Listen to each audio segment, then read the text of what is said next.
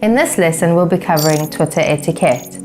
Always remember that your account is representing part of your brand.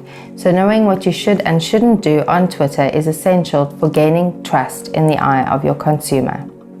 In this lesson, we'll outline some simple rules that you should try to adhere to have some success on Twitter. We're going to be talking about bot behavior. So what is a bot? This is artificial intelligence.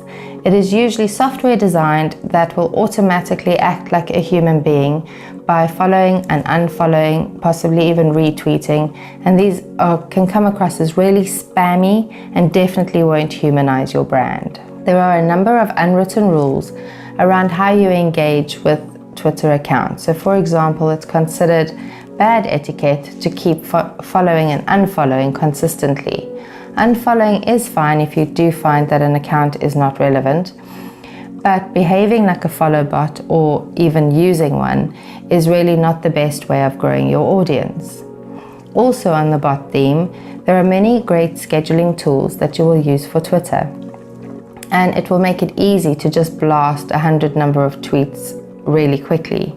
However, you should note that scheduled tweets does not replace the live engagement and real-time tweets that are just, these ones will just be a supplement. If your audience doesn't get a personal vibe from you, from your tweets or your interactions, they are less likely to trust you. You should engage with your followers and also people that you do not follow, and try and do this regularly to avoid being seen as a bot. Overuse and abuse on Twitter. Another don't we have briefly touched on is the overuse of hashtags. Whereas they are needed to reach a greater audience, you shouldn't use too many of them, and it should all be related to relevant content. Also, be very wary of overusing emojis, capital letters, and exclamation marks.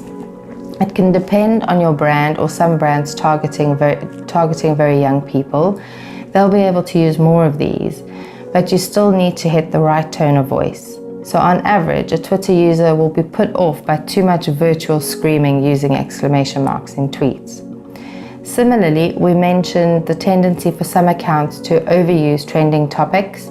So using irrelevant trends and their hashtags will really make your viewers, your target audience, lose interest or trust.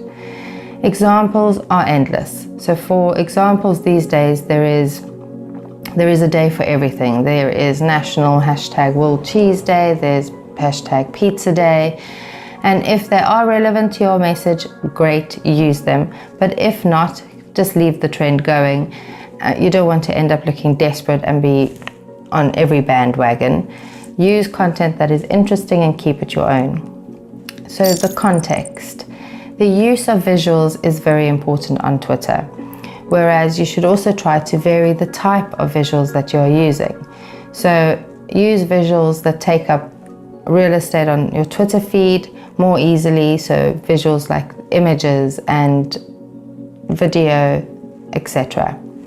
And don't use pictures that are out of context just to appear in the feed. The readers will pick up on this. And with regards to the tone of voice, it's important to stick with this on Twitter too, as you do for all your other social networks.